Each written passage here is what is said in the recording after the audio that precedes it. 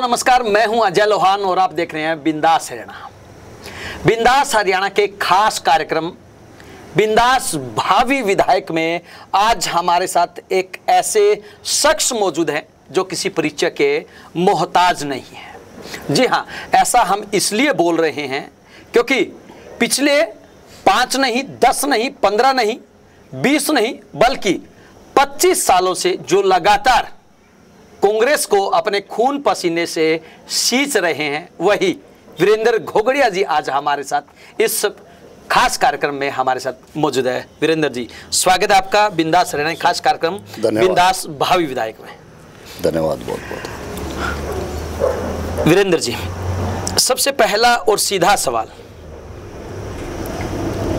जनता आपको विधायक क्यों बनाए, क्यों बनना चाहते हैं आप विधायक? आपका बिल्कुल वाजिब सवाल है। जनता क्यों विधायक बनाए? क्योंकि मैं जनता से लगभग पिछले 20-25 साल से जनता के बीच में हूँ जी। उनके सुख दुख का साथी हूँ जी। उनकी हर समस्या का भागीदार हूँ जी। और मैं 24 घंटे वहीं रहता हूँ जहाँ ये उचाना हल्के की जनता रहती है जी। मैं उन्हीं गलियों में रहता हूँ जिन गलियों में वो समस्याएं हैं जी, जिनको मैं भली भांति जानता हूँ, जिनका मैं खुद सामना करता हूँ। और जनता को एक विश्वास है मेरे ऊपर कि अगर इसको हम विधानसभा में भेज देंगे तो ज़रूर इस आदमी का उसकी तरफ ध्यान जाएगा, उन समस्याओं की तरफ, ये हमारे बारे में कुछ सोचेगा। जो बेरोजगारी हल्के में उसका सामना मैं पड़ोस में करता हूँ, मेरे घर में करता हूँ, मेरे आसपास करता हूँ, तो मेरे दिल में भी एक कष्ट है कि लोगों की जो समस्याएं हैं कहीं ना कहीं वो मेरे से भी संबंधित है और वो उनका मेरे ऊपर विश्वास है, क्योंकि वो जो मैं 24 घंटे उनके साथ रहता हूँ, भी उनके सुख में दुख में शामिल होता हूँ, तो इसलिए उनका पूर्ण विश्वास है कि अगर तुम्हारे बीच का तुम्हारा कोई बेटा अगर विधानसभा में चला गया तो ज़रूर तुम्हारे बारे में सोचेगा।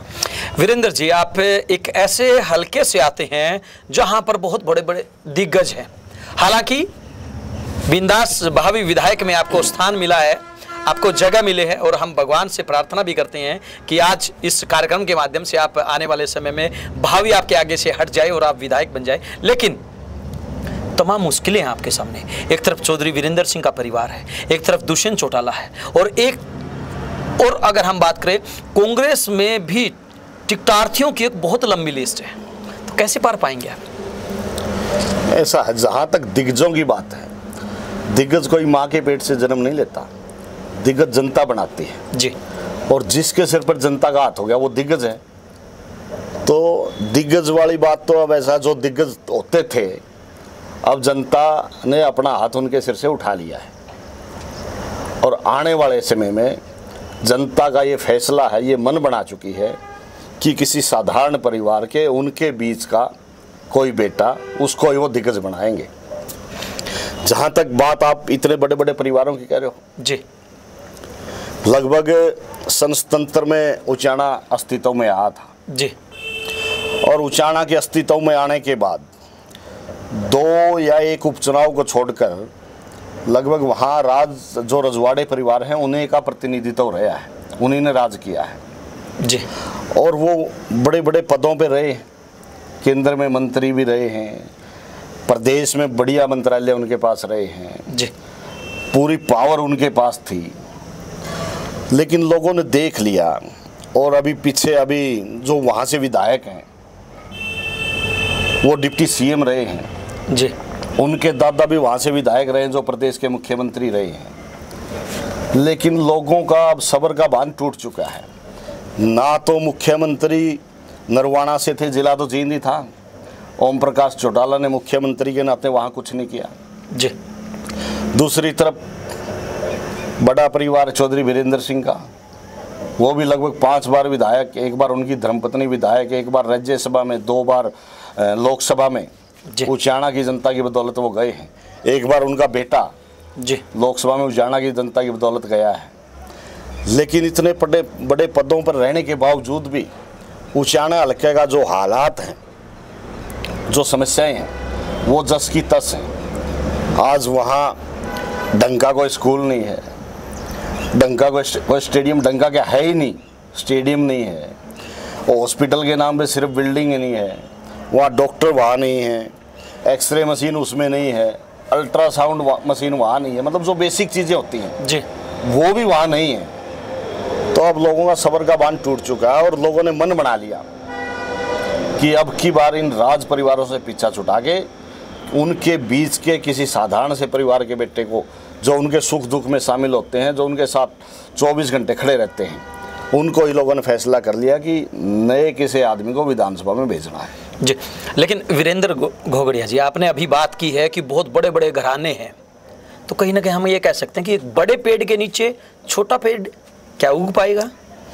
ऐसा मैंने अभी बताया था ना, बड़े घराने वो जनता की बदौलत थे जी। और लोकतंत्र में जिसके सिर पर जनता का हाथ होता है वही बड़ा है। घराना बड़ा होने की वजह से ये नहीं कि अगर घराना बड़ा है तो वो विधानसभा में चला जाएगा। जनता जिसको स्वीकार करेगी, जनता जिसको आशीर्वाद देगी, वो विधानसभा में जाएगा। और मुझे पूर्ण विश्वास है आज के दिन मेरे हल्के की जनता का मेरे ऊपर विश्वास है और मेरा जनता के ऊपर विश्वास है। और मुझे 100% ये कहने में कोई झिझक नहीं है कि अगर कांग्रेस हाईकमान ने, चौधरी भूपेंद्र सिंह हुड्डा ने, भाई दीपेंद्र हुड्डा ने अगर कांग्रेस पार्टी का सिंबल मुझे दिया तो निश्चित तौर पर ये जनता मुझे विधानसभा पहुंचाएगी। एक बात और घोगड़िया साहब, अगर आपको सिंबल नहीं दिया गया तो क्या फिर भी चुनाव लड़ेंगे? ये अभी समय के गर्भ में है, अभी बहुत जल्दबाजी होगी इसके बारे में कुछ कहना। हाँ, इतना ज़रूर मैं कहूँगा, लोग ज़रूर चाहते हैं मेरे हल्के के कि मैं अब की बार चुनाव लड़ूं, लेकिन चौधरी भूपेंद्र सिंह हुड्डा और भाई दीपेंद्र हुड्डा के आशीर्वाद से ही मुझे पूर्ण विश्वास है कि जो कांग्रेस पार्टी ने फैसला किया है, जैसे लोकसभा में फैसला किया था कि सर्वे के आधार पर टिकटें मिलेंगी, मेरिट पे टिकटें मिलेंगी, जिनको लोग चाहते हैं उनको टिकटें मिलेंगी, तो मेरा पार्टी के ऊपर, मेरे नेताओं के ऊपर और मेरे हल्के की जनता के ऊपर पूर्ण विश्वास है कि ऐसा हो ही नहीं सकता मुझे सिंबल ना मिले। मतलब आप तो इस उम्मीद में आस लगाए बैठे हैं कि जैसे लोकसभा चुनाव में ब्रजेंद्र सिंह की टिकट कट गई थी, मन में लड्डू फूट रहे, ये तो अच्छा फील हो रहा है। ये तो मतलब आप यही सोच रहे हैं कि शायद अगर लोकसभा में टिकट कट गई तो विधानसभा में कट जाएगी, लेकिन कहीं ऐसा ना हो, ऐसा ना हो घोगड़िया साहब, कहीं पतासे के बड़ा में कपास खा जाऊं। ऐसा है, लड्डू ना तो घर बैठ के फूट रहे हैं, मैं 24 घंटे जनता के बीच में रहता हूँ और ऐसा कोई दिन नहीं जिस दिन मैं घर से निकल के लोगों के बीच में, लोगों के सुख में दुख में शामिल नहीं होता। और पार्टी की नीतियों को हर घर तक पहुंचाया मैंने। जितने भी आज तक पार्टी के प्रोग्राम हैं, हर प्रोग्राम को हर घर तक दस्तक दी है मैंने। चाहे हमारा ये हर घर घर घर कांग्रेस हो जी, उससे पहले भी राहुल गांधी जी ने हमारा एक प्रोग्राम था, उसको भी मैंने पूरे हल्के के अंदर हर घर तक दस्तक दी है। और विश्वास क्यों है, अभी जो आप बड़े घरानों की बात, चौधरी वीरेंद्र सिंह की बात कर रहे हो, बड़ा पेड़ है, ठीक है, घराना बड़ा है, इसमें कोई दो राय नहीं, लेकिन अभी वो 2 महीने पहले ही कांग्रेस में आए। लेकिन उससे पहले तो वो जन्मजात कांग्रेसी रहे। ऐसा है, उससे पहले नहीं, कैसे जन्मजात कांग्रेसी, उससे पहले वो 10 साल बीजेपी में, उससे बाद में फिर कांग्रेस में, उससे पहले फिर तृणमूल कांग्रेस में, उससे पहले फिर कांग्रेस में। कैसे कैसे जन्मजात कांग्रेसी नहीं है वो।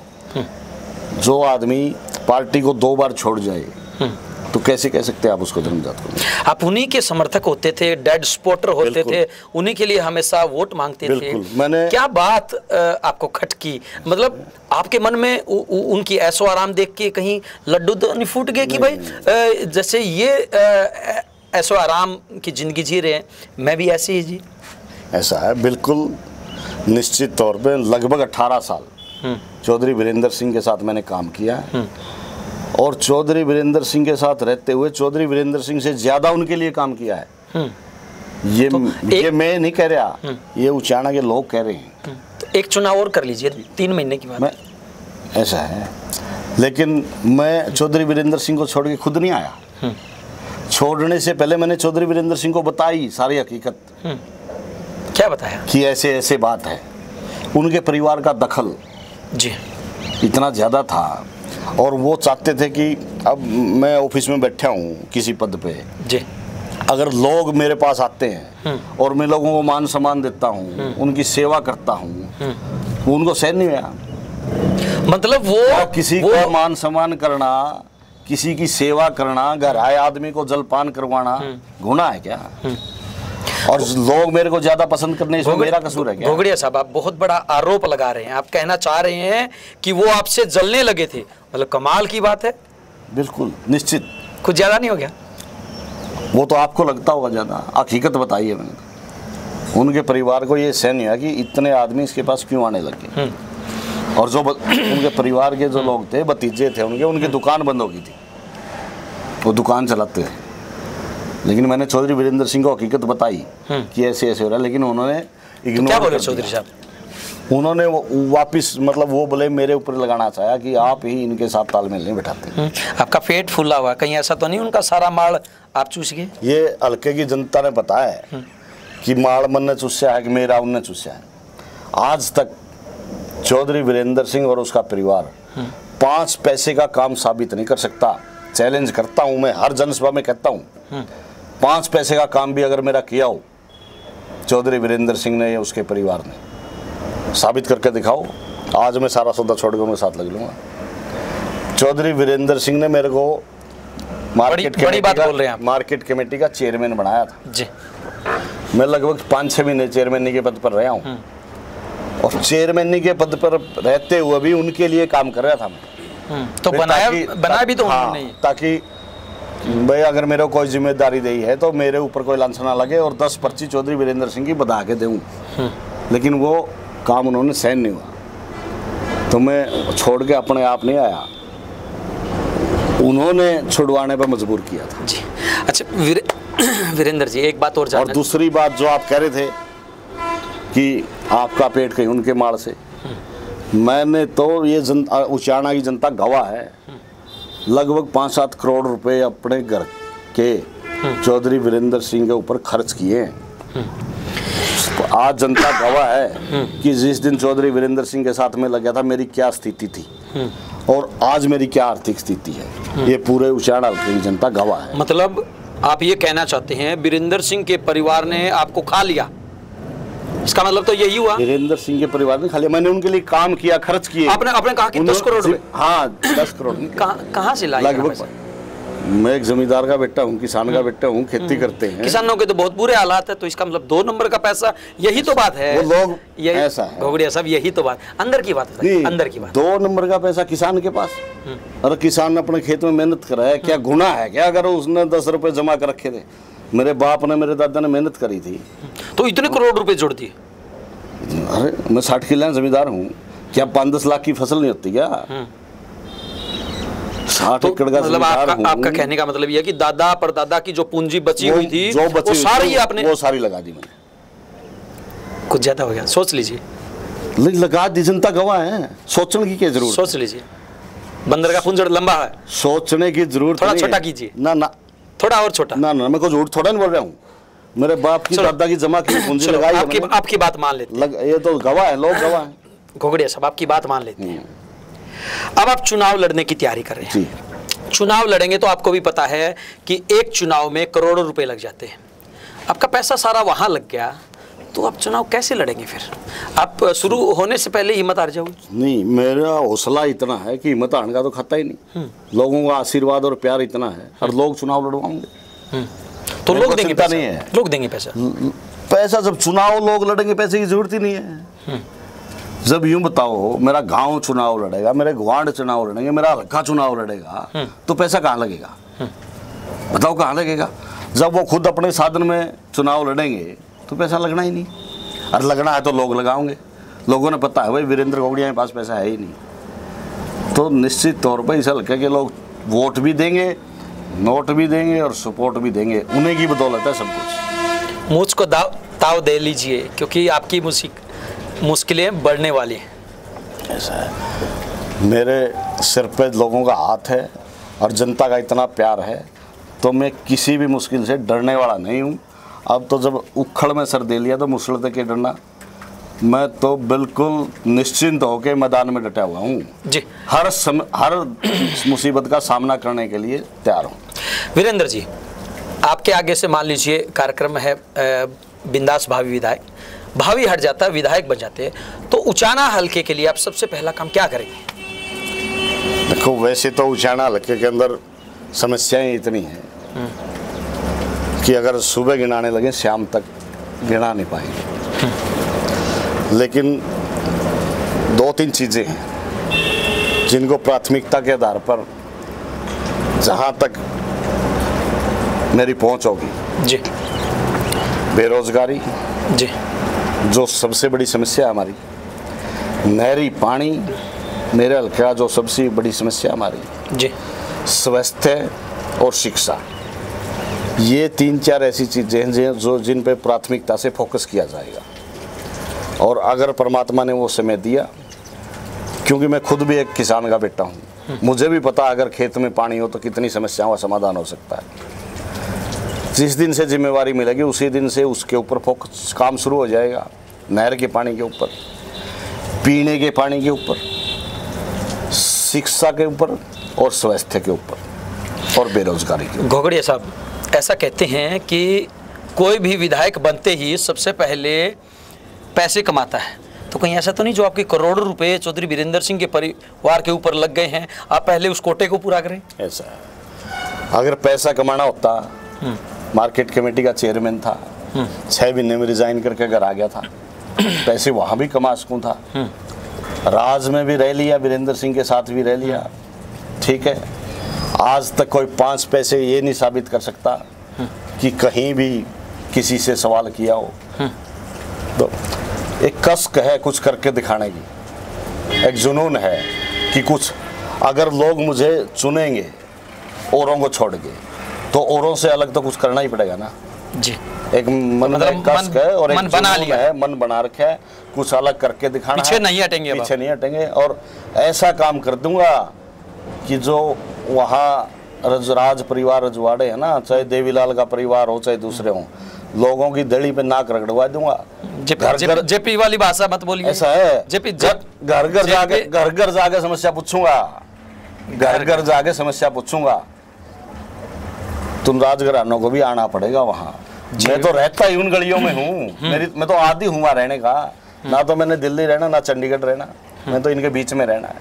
और जब जिंदगी के 47 साल इनके बीच में बिता दिए तो आगे तो दिखते कुछ नहीं। जी बिल्कुल, ये थे वीरेंद्र घोगड़िया जो कि उचाना से टिकट के प्रबल दावेदारों में है, और इनका ये साफ तौर से दावा है कि वो आने वाले समय में आज भावी विधायक के रूप में जो जनता उनको देख रही है, जो जनता उनको एक सपना संजोकर उनको विधायक बनाने का मन बना रही है, उसको वो जनता के आशीर्वाद से पूरा करेंगे। तमाम जो हरियाणा के दर्शक, बिंदास हरियाणा के साथ जुड़ने वाले जो लोग हैं, हमारे को जो हमेशा प्यार देने वाले जो लोग हैं, आपको क्या लगता है इस बार वीरेंद्र घोगड़िया को मौका मिलना चाहिए? आपको क्या लगता है अगर मौका मिल गया तो क्या ये जनता की समस्याओं का समाधान कर पाएंगे? आपको क्या लगता है जो करोड़ों रुपए का इनको घाटा हुआ है, हर्जाना हुआ है, क्या पहले उसकी भरपाई करेंगे, या फिर जिस प्रकार से किसान के बेटे की इन्होंने बात कही है, जिस प्रकार से अन्नदाता के बेटे होने की इन्होंने बात कही है, उस बात के ऊपर ये खरा उतरेंगे? हालांकि बिंदास हरियाणा इनके उज्जवल भविष्य की कामना करता है, और हम प्रार्थना करते हैं, दुआ करते हैं कि ये आने वाले समय में विधायक जरूर बने। आपको हमारा ये कार्यक्रम कैसा लगा, आप हमें कमेंट बॉक्स के माध्यम से जरूर बताएं। दीजिए आपके अपने साथी अजय लोहान को इजाजत। नमस्कार।